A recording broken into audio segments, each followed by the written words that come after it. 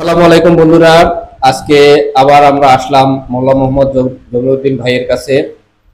বিগত বেশ কিছুদিন যাবৎ দেখতে পাচ্ছেন যে ভারত এবং পাকিস্তানের যুদ্ধ নিয়ে বিভিন্ন মিডিয়া বিভিন্ন ভ্রান্তিকর মন্তব্য প্রকাশ করেছে, কিন্তু স্যাটেলাইটের মাধ্যমে এখন কিছুটা সঠিক তথ্য পাওয়া যাচ্ছে, যার ভিতরে দেখা যাচ্ছে যে পাকিস্তানের 11টা বিমান ঘাঁটি এবং কয়েকটা নৌবন্দর তারা ধ্বংস করে ফেলেছে। যেমন করাচি নৌবন্দর, যে বন্দরটা ছিল পাকিস্তানের প্রাণকেন্দ্র, সেই বন্দরটা প্রায় ধ্বংসের সম্মুখীন এবং অনেক বিমানবন্দর তো ধ্বংসই হয়ে গেছে প্রায়।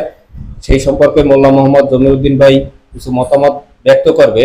এবং মিডিয়া হচ্ছে একটা রাষ্ট্রের দর্পণ, তারা যদি ভুল তথ্য প্রকাশ করে সেক্ষেত্রে করণীয় কি, এই সম্পর্কে মোল্লা মোহাম্মদ জমিউদ্দিন ভাই যদি কিছু বলতেন। আসলে পৃথিবীটা একটা ছোটখাটো গ্রাম। এখন মিডিয়ার কল্যাণে, ডিজিটাল ওয়ার্ল্ডের কারণে পৃথিবীর যে কোনো জায়গা থেকে পৃথিবীর যে কোনো জায়গাকে দেখা যায়, বোঝা যায়। সে কারণেই হয়তো এই যুদ্ধের মধ্য দিয়ে অনেক মিথ্যে কথা, মিথ্যে প্রচার হয়। আপনি যদি আরো পেছনে ফিরে যান, 90-এর দশকে ইরাকের যে যুদ্ধ হয়েছিল, ইরাক ধ্বংস হতে যাচ্ছে, ধ্বংস প্রায়, কিন্তু সেখানে যে তথ্যমন্ত্রী ছিলেন, উনি কত বীর গর্বে মিথ্যা কথাগুলো বলে যেতেন যে ইরাকে কিছু হয় নাই, কিছু হয় নাই, কিছু হয় নাই। তার মানে যুদ্ধক্ষেত্রে মিথ্যা কথা বলবে, এটাই স্বাভাবিক। কারণ হচ্ছে কিছু যদি হয়, দেশ ধ্বংস হয়ে গেছে, ক্ষতিগ্রস্ত হয়েছে, এই কথা যদি তথ্যের ভিত্তিতে প্রচার করা হয়, তাহলে যারা যুদ্ধ করবে সৈনিকদের মনোবল ভেঙে যাবে, রাষ্ট্রের জনগণের মনোবল ভেঙে যাবে। রাষ্ট্রের এবং সৈনিকদের মনোবল সঠিক রাখার জন্যই, ঠিক রাখার জন্যই এইসব মিথ্যাচার করা হয়। আসলে সেটা কোনো ব্যাপার না। আমি আসলে যেতে চাই অন্য জায়গায়। এই পৃথিবীতে আমেরিকা, ইউরোপ, আফ্রিকা মহাদেশ এবং অস্ট্রেলিয়া, কানাডা, এই যে উন্নত দেশগুলো, তারা আজকে উন্নত হয়ে গেছে। অথচ আমি তো মনে করি যে উন্নত হওয়ার সবচেয়ে বেশি সোর্স রয়েছে হচ্ছে এশিয়াতে। এশিয়াতে সোর্স থাকলেও এশিয়াতে সঠিক নেতৃত্বের অভাব রয়েছে, উদার নেতৃত্বের অভাব রয়েছে এবং বিশ্ব নেতার অভাব রয়েছে। এশিয়াকে একটা মহাদেশকে নেতৃত্ব দেওয়ার জন্য যে উদারতা দরকার, সেই উদারতা আমরা এই মহাদেশে দেখতে পাচ্ছি না।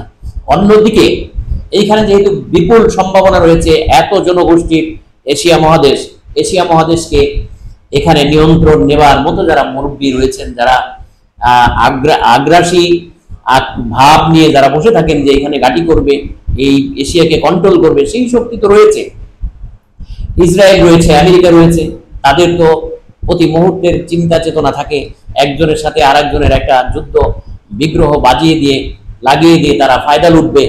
আমি জানি না, এই কিছুদিন আগে আমাদের বিদায়ী সরকারের প্রধানমন্ত্রী তিনি তো বলে গেলেন যে প্রতিনিয়ত তাকে চাপ দেওয়া হতো যে আপনি সরকারের, প্রধানমন্ত্রী শেখ হাসিনাও বলতো যে তাকে ব্যাপক চাপের মধ্যে রাখা হয়েছে যে বিশ্ব মোড়লরা এখানে ঘাঁটি করতে চান, এইখানে তারা এই এশিয়া মহাদেশকে নিয়ন্ত্রণ নেবার জন্য তারা এখানে ঘাঁটি করতে চান। দুঃখজনক হলে সত্য যে আজকের দিন পর্যন্ত আমরা জানি না এখানে কি হয়েছে না। এই এশিয়া মহাদেশকে নিয়ন্ত্রণ করবার মতো তাদের কোনো ব্যবস্থা ছিল না। যদি আমাদের দেশের আজকে সরকার পতন হয়েছে, নতুন সরকার এসছে, শেখ হাসিনাকে যেই কারণে চাপ দেওয়া হতো, শেখ হাসিনা তো চলে গেছে, উনি চাপের কাছে নথি স্বীকার করেন নাই, উনি ক্ষমতাচ্যুত হয়েছেন। কিন্তু বর্তমানে যে সরকার এসেছে, ইউনূস সরকার, ডক্টর মোহাম্মদ ইউনূস, জানি না ওনাদেরকে কি সুবিধা দিয়ে আসবেন কি আসবেন না, বা দিয়েছেন কিনা। ইতিমধ্যেই আলাপ আলোচনা হচ্ছে যে করিডোর দেওয়ার জন্য তাকে চাপ দেওয়া হয়েছে, বা উনি ইচ্ছাকৃতভাবে করিডোর দিতে চাচ্ছেন। অন্যদিকে নৌবন্দরগুলো উনি বিদেশি সংস্থার মাধ্যমে এটাকে পরিচালনা করবার জন্য চুক্তিবদ্ধ হচ্ছেন। এদের তো কোনো আসলে এই সরকারের যদিও কোনো ভিত্তি নাই, তারপরও মানুষ ডক্টর ইউনূস বিশ্বের একজন 1, 2, 3, 4, 5-এর মধ্যে ওনার অবস্থান হবে।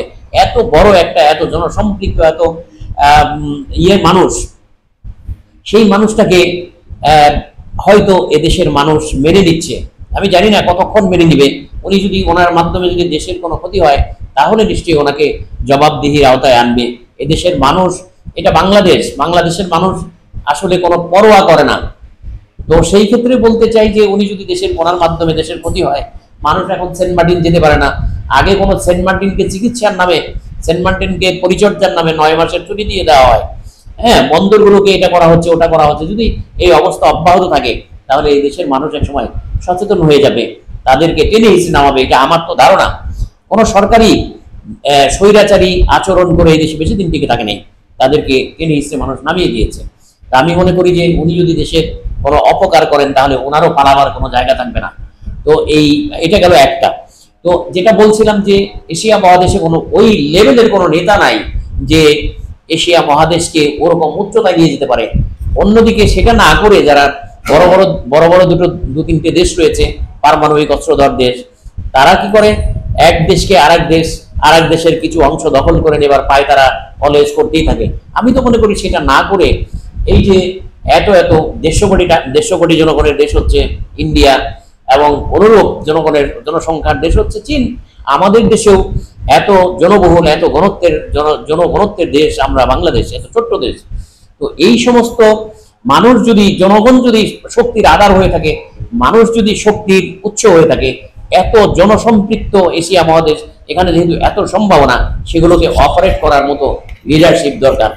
এটাকে ইউরোপের আদলে এশিয়াকে গড়ে তোলা দরকার ছিল, যে এশিয়ায় ইউরোপে এক দেশে গেলে, সেনজেন কান্ট্রি, এক দেশে থেকে অন্য দেশে গেলে যেরকম ভিসা লাগে না, সেরকম একটা পরিবেশ পরিস্থিতি গড়ে তোলা দরকার ছিল আমাদের। আমি মনে করি যে এশিয়াতে ওরকম নেতা নাই, যারা রয়েছে তারা ব্যর্থ, তারা ক্ষুধার্ত। এক দেশ আরেক দেশকে কিভাবে গ্রাস করবে, হ্যাঁ, এক দেশ আরেক দেশকে কিভাবে ছোট করবে, আমি তো মনে করি। ভাই, এই সম্পর্কে আমি কিছু বলতে চাচ্ছিলাম। আমার ব্যক্তিগতভাবে অভিমত হচ্ছে, এশিয়া, আপনি যে কথাগুলো বলেছিলেন যে আমাদের উন্নয়নের যথেষ্ট সুযোগ আছে, কিন্তু আমেরিকা এবং অন্যান্য রাষ্ট্র চাচ্ছে যাতে এশিয়া মহাদেশ উন্নত না হোক, এবং একটা দেশের সাথে আরেকটা দেশের সাথে যদি যুদ্ধ বাঁধানো যায়, তাদের অর্থনৈতিক ব্যবস্থা ক্ষতি হবে এবং তারা উন্নতির শিখরে পা দিতে পারবে না। এবং পরিপ্রেক্ষিতে তারা কি করবে, অস্ত্র বিক্রি করে তাদের মুনাফা তারা ঠিকই অর্জন করবে। অথচ এশিয়া মহাদেশ দিনের দিন যাতে মানে তলানিতে যায়, এটাই হচ্ছে তাদের লক্ষ্য। এই যে ভারত পাকিস্তানের যুদ্ধ, এ সম্পর্কে কোনো সাধারণ মানুষ তারা কেউই চায় না যে একটা যুদ্ধ শুরু হোক। যুদ্ধ মানে কি, একটা ধ্বংস, ক্ষয়ক্ষতি, যা মানুষকে, এই কাশ্মীরে যে আক্রমণটা হয়েছিল জঙ্গিরা, একটা রাষ্ট্রর সমস্ত জনগণকে তো কোনো সরকার প্রোটেকশন দিয়ে রাখতে পারবে না। পাকিস্তান বারবার বলেছিল এক্ষেত্রে যে আপনারা একটা তদন্ত করুন, কারা এই অন্যায়টা করেছে, তাদেরকে তারা সে সম্পর্কে আন্তর্জাতিক আদালতেও তারা বলেছে পাকিস্তান, কিন্তু ভারত সেদিকে কর্ণপাত দেয় নাই, টোটাল দোষটা পাকিস্তানের ঘাড়ে চাপিয়ে দিয়েছে এবং তারা সে আক্রমণটা করেছে, তাদের ব্যাপক ক্ষতি সাধন করেছে। এবং ইভেন দেখা যায় তাদের করাচি যে নৌবন্দরটা, টোটালি নৌবন্দরটা তারা কি অকেজো করে দিচ্ছে, যেখান থেকে তাদের অর্থনীতির একটা সমৃদ্ধশালী হবার একটা পন্থা, মানে করাচির নৌবন্দর, সেটা ধ্বংস করে দিয়েছে। এবং স্যাটেলাইট ইমেজ থেকে কিছু দেখানো হয়েছে। এবং ভারতের ওদের 5টা যুদ্ধ বিমান তারা ধ্বংস করেছে। এটা তো উভয় দেশেরই ক্ষতি, এবং দেখা যায় এই দুই দেশের দ্বন্দ্বের কারণে সাধারণ জনগণের প্রাণহানি হয়। এটা বিশ্ব মানবতা আজ কোথায়, এইটা সম্পর্কে যদি কিছু বলতেন। বিশ্ব মানবতা নিয়ন্ত্রিত হয় কাদের মাধ্যমে, সেটাকে আমাদেরকে অ্যাড্রেস করতে হবে। বিশ্ব মানবতা নিয়ন্ত্রণ হয় যারা ক্ষমতাধর, যারা ধনী, যারা আগ্রাসন চালায়, তাদের মাধ্যমে। তারা যদি মনে করে যে বিশ্ব মানবতাকে, এখানে মানবাধিকার লঙ্ঘন হচ্ছে, তারা সেখানে নিবে, প্রতিরোধ ব্যবস্থা নিবে। অথচ তারা প্রতিনিয়ত মানবাধিকার লঙ্ঘন করে যাচ্ছে। প্যালেস্টাইনে যেভাবে হত্যাযজ্ঞ চালানো হচ্ছে, মানুষকে বাস্তুচ্যুত করা হচ্ছে, এগুলো কারা করছে? তারাই করছে।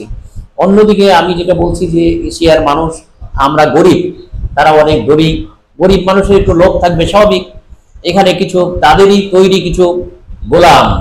কিছু লোককে তারা গোলাম করে ফেলছে, মগজ দোলাই করে দেশে পাঠাচ্ছে, এবং তাদের মাধ্যমেই তাদের কিছু এজেন্ট তৈরি করছে, তাদের মাধ্যমে এই সব দেশকে আনস্টেবল করা হচ্ছে। কিছুদিন আগেই তো আমরা দেখলাম বাংলাদেশে স্বয়ং ট্রাম্প সাহেব তো বললেন যে বাংলাদেশকে আনস্টেবল করার জন্য কত ডলার এইখানে বিনিয়োগ করা হয়েছে। তাদেরই একটা সংস্থার মাধ্যমে, একটা এনজিওর মাধ্যমে কোটি কোটি ডলার এখানে বিনিয়োগ করে, বিলিয়ন বিলিয়ন ডলার এখানে বিনিয়োগ করে একটা সরকারকে আনস্টেবল করা হয়েছে। নিশ্চয়ই সেই আনস্টেবল করার পিছনে তাদের যে স্বার্থ রয়েছে, নিশ্চয়ই এই সরকার ইন্টারিম গভর্নমেন্টের মাধ্যমে সেই স্বার্থকে তারা উদ্ধার করবে, এইটাই স্বাভাবিক। আমি যে কথা বলছিলাম, শুরুতেই যে কথা বলছিলাম যে এশিয়া মহাদেশ এত সম্ভাবনাময়, কিন্তু এই এশিয়া মহাদেশের মধ্যে সেই উদারপন্থী নীতি বা রাষ্ট্র বা এই এশিয়া মহাদেশকে একটা মহিরুহ হিসেবে তৈরি করতে পারতো নেতৃত্ব, ওরকম নেতৃত্ব দানকারী যদি ব্যক্তিত্ব থাকতেন। এটাকে এক দেশ, এটা যদি সীমানা নির্ধারণ করে দেওয়া হবে যে ঠিক আছে এটা ইন্ডিয়া, এটা চায়না, তাহলে এখানে কেন আমার আক্রমণ হবে, এখানে কেন ব্যারিকেড দিতে হবে, আপনি আপনার জায়গায় সুখে শান্তিতে থাকেন, আমি আমার জায়গায় সুখে শান্তিতে থাকি, এটা যদি হতো তাহলে তো আমাদের মধ্যে কোনো বিভেদ থাকে না, কোনো অশান্তি থাকে না। তাহলে নিশ্চয়ই বোঝা যাচ্ছে যে আমাদেরও লোভ লালসা আছে, লোভ লালসা চরিতার্থ করতে গিয়ে একজন আরেকজনকে শোষণ শাসন করার প্রত্যয় নিয়ে আমরা এই সব এশিয়া মহাদেশের দেশগুলো কাজ করছে। আমি তো মনে করি ইন্ডিয়া এবং চীন যদি একটি সমঝোতার মাধ্যমে এশিয়াকে নেতৃত্ব দান করে, তাহলে এশিয়া হতে পারে পৃথিবীর শ্রেষ্ঠ মহাদেশ এবং শ্রেষ্ঠ ক্ষমতাধর মহাদেশ, এবং এই রাষ্ট্রগুলোই আমরা ইউরোপকে ছাড়িয়ে যেতে পারি, এখানে যে সম্ভাবনা রয়েছে। কিন্তু এই সম্ভাবনাগুলোকে শান্তিপূর্ণভাবে অপারেট করার সুযোগ দেয়া হচ্ছে না, অথবা আমরা সুযোগ নেওয়ার মতো করে নিজেকে তৈরি করতে পারছি না।